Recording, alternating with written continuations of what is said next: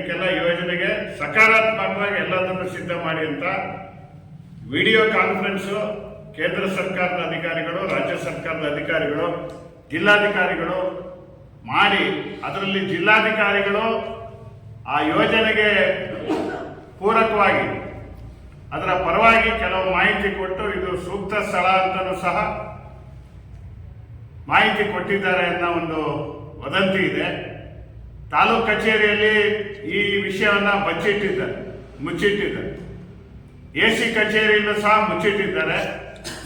ಜಿಲ್ಲಾಧಿಕಾರಿ ಕಚೇರಿಯಲ್ಲಿ ಯಾರಿಗೂ ಸಹ ಈ ಮಾಹಿತಿಯನ್ನ ಕೊಡಬೇಡಿ ಅಂತ ಹೇಳಿ ಚರ್ಚೆ ನಡೆದಿದೆ ಅನ್ನೋ ವಿಚಾರವನ್ನ ಜಿಲ್ಲಾಧಿಕಾರಿಗಳಲ್ಲೂ ಹೇಳಿದ್ರು.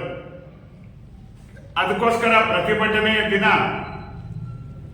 ನಮಗೆ ಎಲ್ಲ ಮಾಹಿತಿಗಳನ್ನ ತಹಸೀಲ್ದಾರರು ಏನೇನು ಪತ್ರಗಳು ಬಂದಿದೆ ಆ ಪತ್ರಗಳನ್ನೆಲ್ಲ ಬಹಿರಂಗಪಡಿಸಬೇಕು. AC ಮತ್ತೆ ತಹಸೀಲ್ದಾರ್ ಇಲ್ಲದೆ ಇದ್ರೆ ಎರಡೂ ಕಚೇರಿಗಳಿಗೆ ನುಗ್ಗಿ ನಾವು ಪ್ರತಿಭಟನೆಯನ್ನು ಮಾಡಿ ಕಾನೂನು ಭಂಗವನ್ನೇ ಮಾಡಬೇಕಾದಂತಹ ಪರಿಸ್ಥಿತಿ ಅವತ್ತು ಆಗುತ್ತೆ. ಅದಕ್ಕೋಸ್ಕರ ನಾವು 7ನೇ ತಾರೀಕು ಒಳಗೆ ಅಥವಾ 7ನೇ ತಾರೀಕೆ ಪ್ರತಿಭಟನೆಯ ದಿನ ಸರ್ಕಾರ, ಕೇಂದ್ರ ಸರ್ಕಾರ ಮತ್ತೆ ರಾಜ್ಯ ಸರ್ಕಾರ ಅವರೇನು ಈ ಯೋಜನೆ ಮಾಡಕ್ ಹೊರಟಿದ್ದಾರೆ ಅದಕ್ಕೆ ಬಂದಂತ ಪತ್ರಗಳು, ಇವರು ವಾಪಸ್ ಬರೆದಂತ ಪತ್ರಗಳು ಎಲ್ಲ ಜನರ ಎದುರಿಗೆ ಮಂಡಿಸಬೇಕು.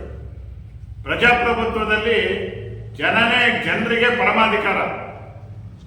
ಯಾವುದೇ ಯೋಜನೆ ಇರ್ಬೋದು, ಯಾವುದೇ ಕಾರ್ಯಕ್ರಮಗಳಿರ್ಬೋದು, ಜನರಿಗೆ ಮುಚ್ಚಿಟ್ಟು ಜನರಿಗೆ ಗೊತ್ತಿಲ್ಲದೆ ಮಾಡ್ತಕ್ಕಂಥದ್ದು ಸರ್ಕಾರ ನಾವು ತೀವ್ರವಾಗಿ ಖಂಡಿಸ್ತೇವೆ.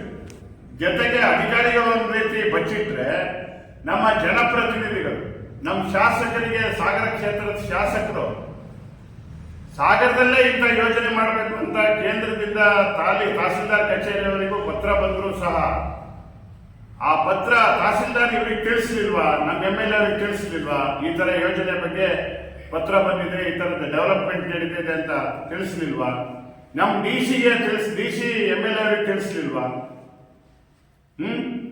ಜನ ಯಾವಾಗ ಪ್ರತಿಭಟನೆಯನ್ನ ಶುರು ಮಾಡಿದ್ರು, ಅದ್ರ ವಿರೋಧ ಮಾತಾಡಕ್ ಶುರು ಮಾಡಿದ್ರು, ಆಮೇಲೆ ಹೋಗಿ ಶಾಸಕರು ಮುಖ್ಯಮಂತ್ರಿಗೆ, ಕಂದಾಯ ಮಂತ್ರಿಗೆ, ಆಮೇಲೆ ಕೈಗಾರಿಕೆ ಮಂತ್ರಿ MB ಪಾಟೀಲ್ ಹೋಗಿ ಮನವಿ ಕೊಡಕ್ಕೆ ಹೋಗಿದ್ದಾರೆ.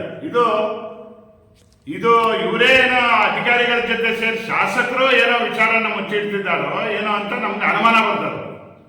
ಜೊತೆಗೆ MP ಕೇಂದ್ರ ಸರ್ಕಾರದಿಂದ ಒಂದು ದೊಡ್ಡ ಯೋಜನೆ ತಮ್ಮ ಕ್ಷೇತ್ರದಲ್ಲಿ ಮಾಡಲಿಕ್ಕೆ ಕೇಂದ್ರ ಸರ್ಕಾರ ಹೊರಟಿದ್ದು ನಮ್ಮ MP-ಗೆ ಒಂಥರ ಜಾಣ ಕೊಡು ಅನ್ನಂಗೆ ಕಾಣುತ್ತೆ.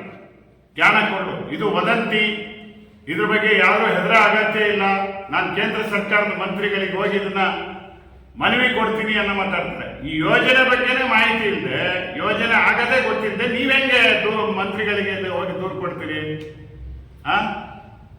ಇನ್ನು ನಮ್ಮ ಜಿಲ್ಲಾ ಉಸ್ತುವಾರಿ ಸಚಿವರು ಮಧು ಬಂಗಾರಪ್ಪನವರು, ಅವ್ರಿಗೆ ಸಾಗರ ತಾಲೂಕು ಅವರಿಗೆ ವ್ಯಾಪ್ತಿಯಿಂದ ಹೊರಗಿದೆ ಅನ್ನಂಗೆ ಕಾಣುತ್ತೆ. ಅವರು ಬಂಗಾರಪ್ಪನವ್ರ ಹೆಸರನ್ನ ಶಿವಮೊಗ್ಗದಲ್ಲಿ ಸರ್ಕಲ್ಗೆ ಆಶ್ರಯ ಬಡಾವಣೆಗಿಡದೆ ಒಂದು ದೊಡ್ಡ ಕಾರ್ಯಕ್ರಮ ಮಾಡ್ಯಾರ. ಆದ್ರೆ ಬಂಗಾರಪ್ಪನವ್ರು ಏನು ಭೂಮಿ ಕೊಟ್ರಲ್ಲ ರೈತರಿಗೆ, ಅದನ್ನು ಉಳಿಸೋ ಯೋಗ್ಯತೆ ನಮ್ಮ ಜಿಲ್ಲಾ ಉಸ್ತುವಾರಿ ಸಚಿವರಿಗಿಲ್ಲ. ಮತ್ತೆ ಜಿಲ್ಲಾ ಉಸ್ತುವಾರಿ ಸಚಿವರು ಸಹ ಅವರು ಈ ವಿಚಾರದ ಬಗ್ಗೆ ತಮ್ಮ ಸ್ಪಷ್ಟನೆಯನ್ನ ಕೊಡಬೇಕು. ಅವ್ರ ಕರ್ತವ್ಯ ಅದು. ಜನ ಭೀತಿಗೆ ಒಳಗಾದಾಗ, ಜನ ಇವತ್ತು ನೋವಿನಿಂದ ಇದ್ದಾಗ, ಜನ ಆಕ್ರೋಶದಿಂದ ಇದ್ದಾಗ, ಜನರ ಜೀವವನ್ನೇ ಹಾಳು ಮಾಡ್ತಕ್ಕಂಥ ವ್ಯವಸ್ಥೆ ಜೊತೆಗೆ ಚೆಲ್ಲಾಟವನ್ನ ಸರ್ಕಾರಗಳು ಮಾಡೋ ಹೊತ್ತಿಗೆ ಜನಪ್ರತಿನಿಧಿಗಳಾಗಿ ಜಿಲ್ಲಾ ಉಸ್ತುವಾರಿ ಸಚಿವರು ಈ ಯೋಜನೆ ಏನು ಹಕ್ಕಿಕತ್ತು ಅನ್ನೋದನ್ನ ಸಾರ್ವಜನಿಕರ ಎದುರುಗಡೆ ಬಹಿರಂಗಪಡಿಸ್ತಕ್ಕಂಥ ಕೆಲಸವನ್ನ ಮಾಡಬೇಕು.